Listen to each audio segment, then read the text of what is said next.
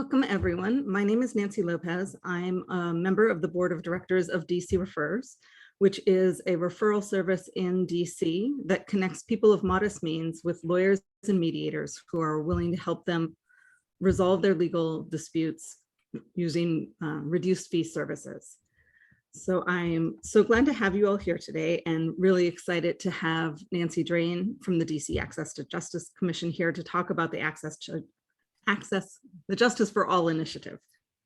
I am going to share my screen and tell you a little bit about DC Refers, and then we'll jump into the content of the show, of the program as well.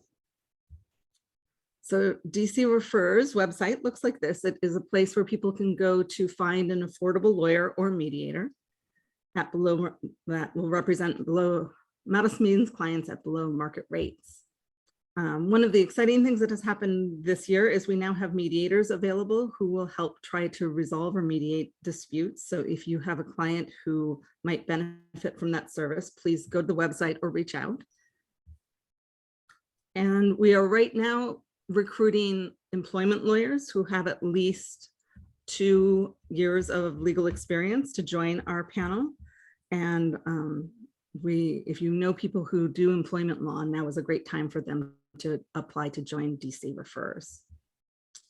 To get to know a little bit about who is here today, we're going to ask 3 questions, and I'm going to ask you to type your answer in the chat, and then I will count down 3, 2, 1, and then hit enter, and we'll have a waterfall of what the answers are. So the first question is, what is your job or area of expertise? What is it that you do that you're passionate about that is your real jam? So go ahead and type your answer into the chat, and I'll give you a few seconds to do that, and then I will count down 3, 2, 1, and we will see the answers of all the people in the room and what things they do. I'm going to go ahead and say 3, 2, 1 and hit enter. And you can see all of the different people who are here and what they do and all the different practice areas and expertise that comes together today. The second question is, what's the best thing that happened to you this week? Something quick, easy, that made you smile, that was a win for you in some way, shape, or form. And so go ahead and take a moment to think about what it is that was a good thing for you this week. Type it in the chat, and then I will count down, and we'll again have a waterfall of information shared with each other. I'll say 3, 2, 1, and then go ahead. Fantastic. It is so nice when there are good things going on in the world and all kinds of things, lots of them not having to do with work, but things outside of work, which is great too. And then the third question is, what are you most looking forward to this summer? Is there a trip that you're taking? You like the sun, the beach, whatever it is? And go ahead and type your answer and put it in 3, 2, 1, and we'll see all of those things. Excellent. Thank you.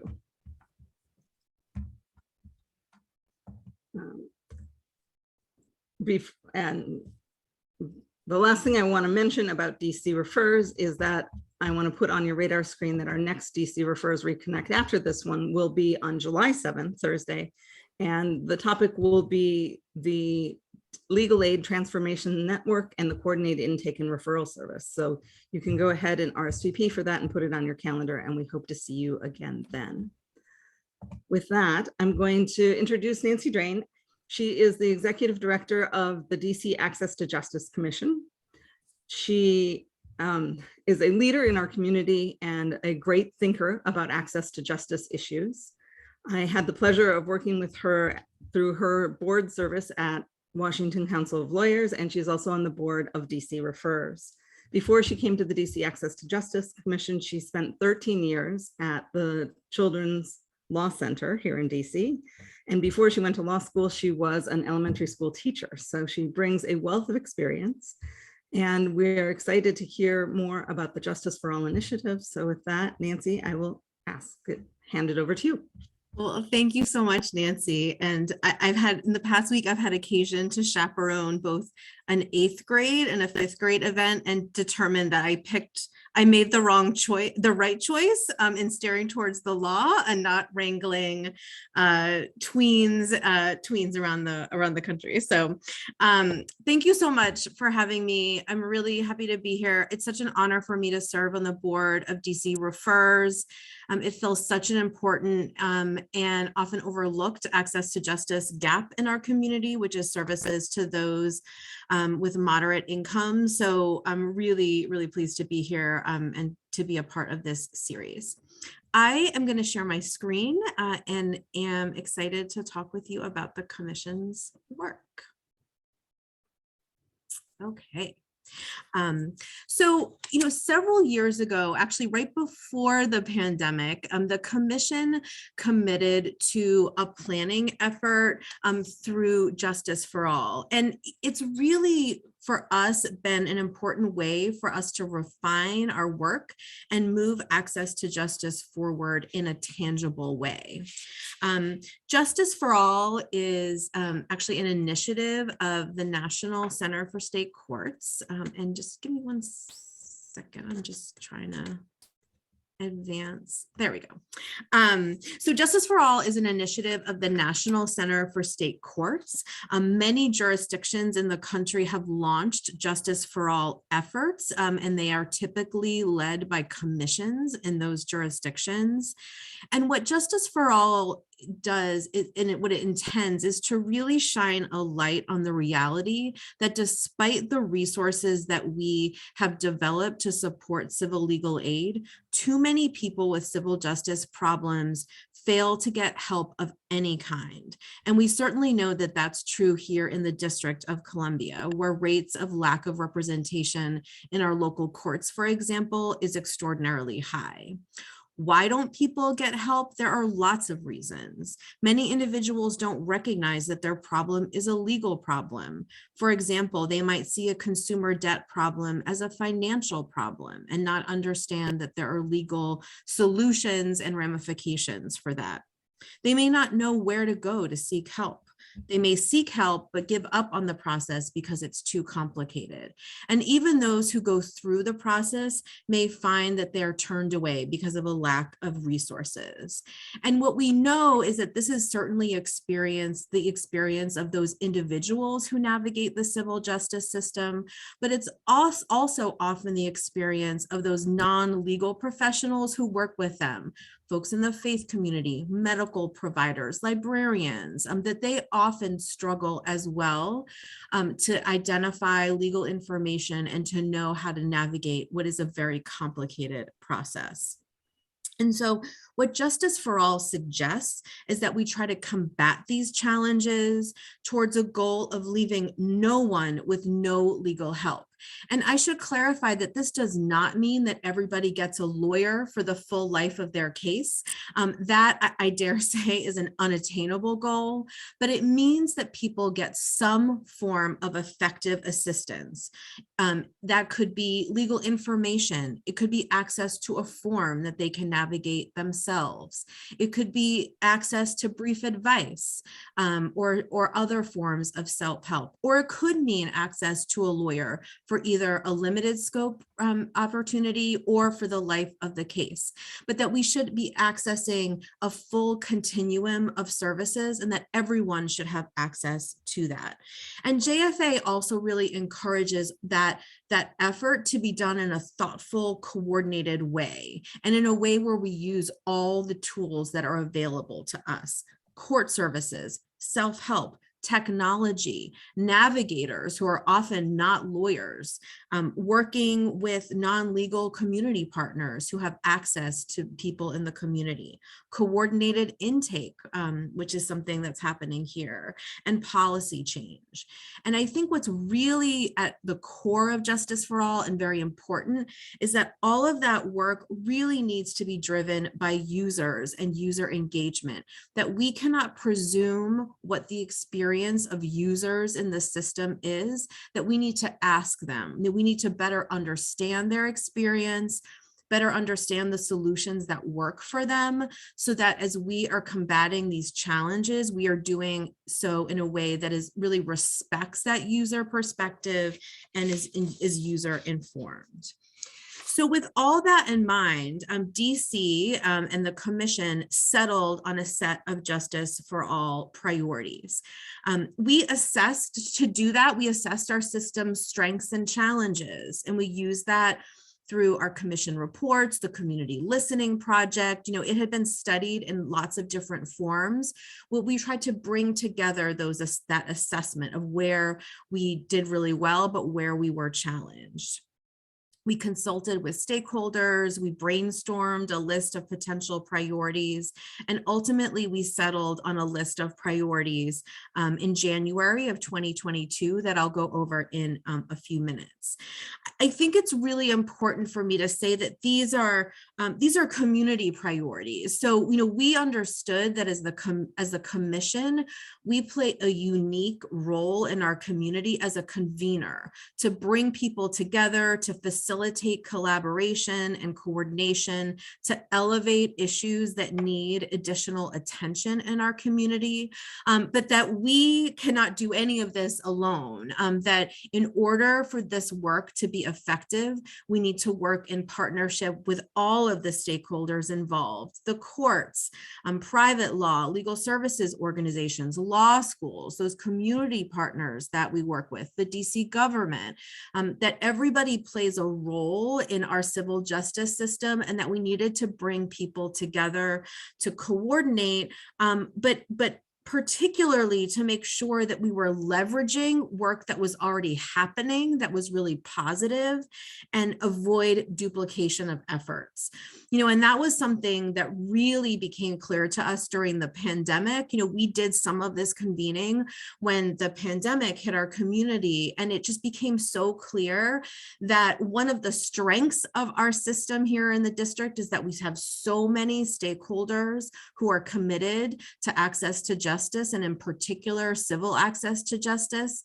But that sheer number of stakeholders means that coordination and collaboration and leadership to make sure that happens is all the more important. And that really informed how we're approaching this effort.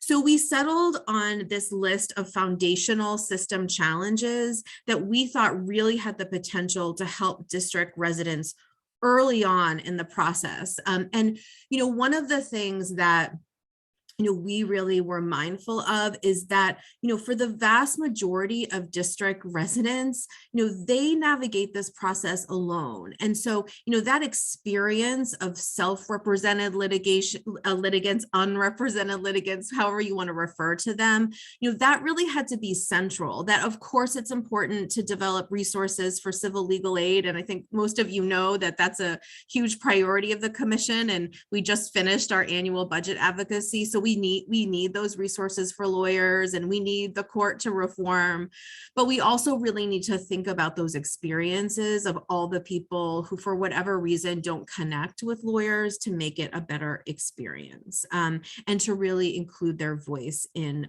the process. So here are the priorities that we settled on. We really see these priorities as integrated and building on one another. So, for example, if you look at self-help, once we have strengthened self-help materials and services in the district, we need to ensure that they're known in the community. And that's where the community integration priority comes in. When we have a coordinated intake system that the DC Bar Foundation is really taking the lead on, we want to make sure that it can be used as a vehicle to connect individuals with those strengthened self-help materials, in addition to connecting them with legal services. And of course, better self-help will help navigators in the community who often are in the role of helping people navigate the system and better understand it, to do their work. So the first priority I'm going to talk about is self-help. That's really our most ambitious priority.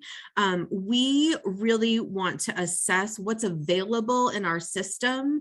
And when I say our system, it's not just what's available at the courts or at the Office of Administrative Hearings. It's also what's available online through systems like Law Help. So we'll start with that inventory, what's available, but in particular to identify gaps and duplication. So we don't need 10 fact sheets on eviction. We need one good, high quality fact sheet. And so as much as we want to create things that don't exist, we also want to make the materials that do exist more efficient. We also want to develop and plan to develop best practices on what self-help in the district should look like. Things like plain language. How can we make sure that on an ongoing basis, we're evaluating and assessing the work that we're doing in honoring those best practices. We'll incorporate users to get their assessment of what works best. And I think most critically, we're doing this in partnership with the courts, with other parts of the community. We're partnering with the National Center for State Courts, who have done this work in other jurisdictions, and really hope that they can help us develop some models of what this looks like throughout the country. And we're really excited about this. We know there's so much good information out there, and we want to make sure that people can access it and that it's updated. So this project will be a 2-year project. Everything that we're doing here is a 2-year project, but we hope to leave the project with systems in place to ensure that there's continuous improvement of this information. There was a lot of interest in the commission on navigation. Many of you know that the courts have court-based navigators who help court litigants navigate the court system. There's lots of really successful navigator programs out there in the country. Some or many are court-based, but others are based in the community and involve community members. And in particular, they use non-lawyers. So they sort of recognize that there are things that lawyers uniquely and exclusively can do, but some of this navigation type work, if folks are properly trained, they don't need to be a lawyer to do it. So not only will we be supporting what the courts are already doing in this area, but trying to identify strategies that could be used in the district, in the community to support this type of work. And we recognize that some of this has some intersection with regulatory reform, which is a topic that's been discussed a lot on the national level. What can lawyers do? Are there things that lawyers can only do exclusively that we could bring other professionals who are trained, and supervised into the web of people who are helpers on these issues? Coordinated intake is something that's been talked about in the district for, 20 years, maybe longer. And for lots of really, I think sort of obvious reasons, it's been difficult to do. We have lots of legal services organizations. They all have their own intake systems that from their perspective work well.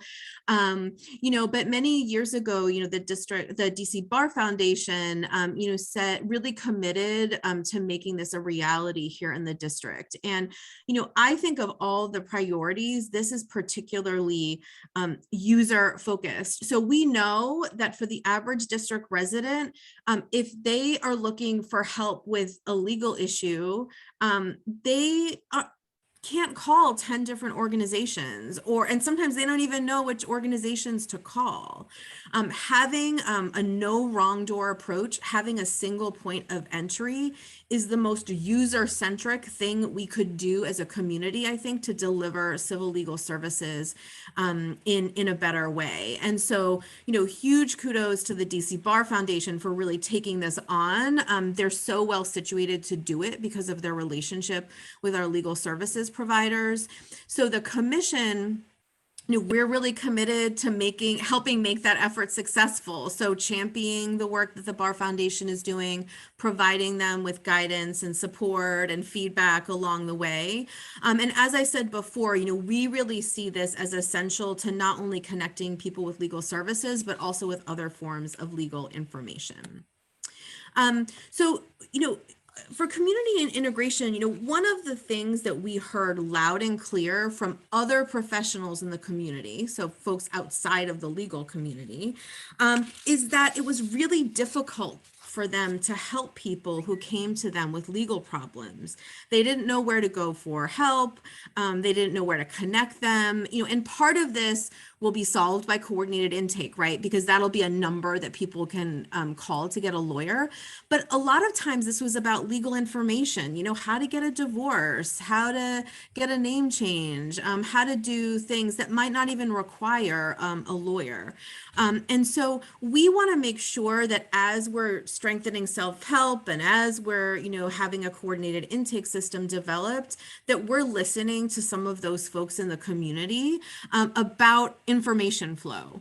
How can we make sure that they're getting the information that they need? In what form would they like that information? Are there existing communication channels that exist that we can leverage to get information out, especially when it's time sensitive? And this was something that was really, apparent during the pandemic. Think about the eviction moratorium when it was announced, that first moment, and everybody wanted to make sure that that information was out to the community. And we really struggled with identifying the best ways to partner with folks outside of the legal community to make sure the word was getting out and legal education was happening in the community. So hopefully, if we identify some ways to strengthen that information flow, emergent issues like that will be easier to tackle, but also just generally, we know that folks in the community will know where to go when they're looking for legal information. There was also a real interest among the commission in focusing more on policy work. So, for those of you who know the commission well, that we have a very active profile at the DC Council with respect to budget, and even more particularly in access to justice funding. We work in partnership with the Bar Foundation, but we really, lead the advocacy on that annual appropriation. But there are so many other issues of a policy nature that impact access to justice.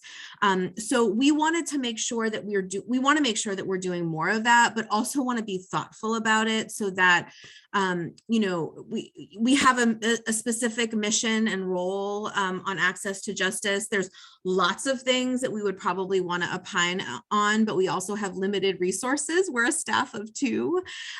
So we wanted to make sure that we had a process internally to identify those policy issues that we wanted to advocate on, and then figuring out how to do that most effectively. So some of that's a little bit inside baseball in terms of how we do our work, but it's also, we want the message to get out to the community that we're really interested in doing that. And then the last thing is user engagement. So as I said before, we're really committed to figuring out how to make sure that as we do the work that we're doing, we're getting the feedback of those users. So, and even, in the community integration realm, for example, those users are those professionals, who are trying to get information for the individuals that they're interacting with. So we're having a conversation with some of those folks in a couple of weeks just to learn a little bit more about how they find legal information. But we'll be partnering with the National Center for State Courts to really get some best practices on how to do user testing of the self-help materials that will be developed or that we'll be assessing. And, it goes on and on. But the other thing, and then I know I'm looking at the time, so this will be my last thought, is that we also want to really help our institutions, so the courts and the Office of Administrative Hearings, develop stronger practices around ongoing user and community feedback. I think that often happens when things come up or as projects are developed, but we want to help think about what institutional practices can be brought to bear on these institutions so that there's an ongoing process to provide that feedback so that it's just a part of regular business. And, I think the courts really want to do this. And I think everybody struggles with how best to do it. And so this is another place where the National Center for State Courts and others are going to come in to give us some of their professional expertise on how to best do that. So that's really it. We're getting started. We've developed work groups. We're moving forward our work plans. And as I said, this work, will certainly move through the end of 2023. But this is sort of core mission work of the commission, so we won't stop this work at the end of 2023. But we're hoping to make some real progress between now and then. So I think I went 1 minute over, but happy to answer any questions that folks have, and again, really appreciate the opportunity to talk today. Thank you so much for sharing all of the information. It's exciting, all the different areas that you're working on, and what could come from it that would help people navigate our court system better. Do people have questions? You can feel free to unmute, or I can keep an eye on the chat to see if there are things you want to ask about. I also put in the chat some resources from the National Center for State Courts and from the Access to Justice Commission. Those links will take you to more information as well. I do have a question. Can you hear me? Okay. My question is, is this presentation going to be available to us, Nancy? There was actually a question that I had as we were going through it that I need to refer back to the slides in order to ask. Yes. And then I can reach out to you directly. Yep.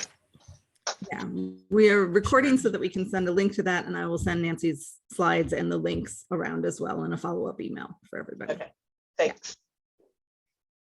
And I'll just add, we've done this, we did this presentation to the courts, we did it for the DC Consortium, we've done it in a few other places, and happy to share the words. So if you have thoughts about other folks to share it with. And, I just want to emphasize that, these work groups are definitely going to be managed and moved forward by the commission, but we have been engaging other folks outside of the commission to participate, to make sure that we're really collaborating, and we're being really careful to not overtax people that are already overburdened. Give them more work to do, but to bring people in when we really need their expertise. So that's always a challenge.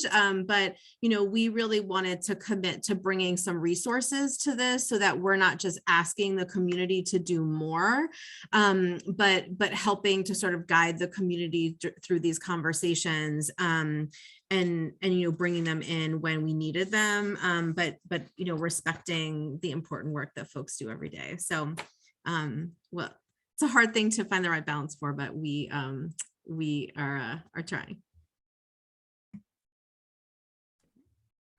Fantastic, Nancy. Thank you so much. The whole idea of these DC Referrers Reconnect is to just give people a bite-sized introduction to a topic that they might otherwise not be aware of or not learn a lot about. And so thank you so much for the overview and all of the different parts that all of the different aspects of it. It is ambitious. And if folks are interested in getting involved, will I share your email address so that if they want to be involved in the work groups? Yeah, absolutely. Absolutely. And you're welcome to share that. And, just one very final thought, but, as thinking about DC Reverse and sort of connecting it back, I think this self-help area is the most important, in some ways for modest means folks who really find it hard to get a lawyer, and so, they are among the community that often are navigating the system alone. And, DC Refers is about not having that happen, right, and connecting them with lawyers. But, we really, feel like this self-help focus in particular is going to help all district residents of any income range just better understand the legal issues that so many people face. Okay. Our next two DC Refers Reconnect in July, we'll be talking with folks from the DC Bar Foundation about the coordinated intake and referral system and the DC Transformation Network. And then in August, we are going to talk about building your personal brand and the maximizing the impact of your social media with Samina Cluck, who is the founder of Amplify Your Voice. So it'll be more of a hands-on nuts and bolts, how to, as a small firm or a solo lawyer or someone in a nonprofit, you can make your social media really pop and do the work that you want it to do. So I hope you will drop in for those. The link is in the chat where you can RSVP. And I hope everybody has a great afternoon. Thanks so much.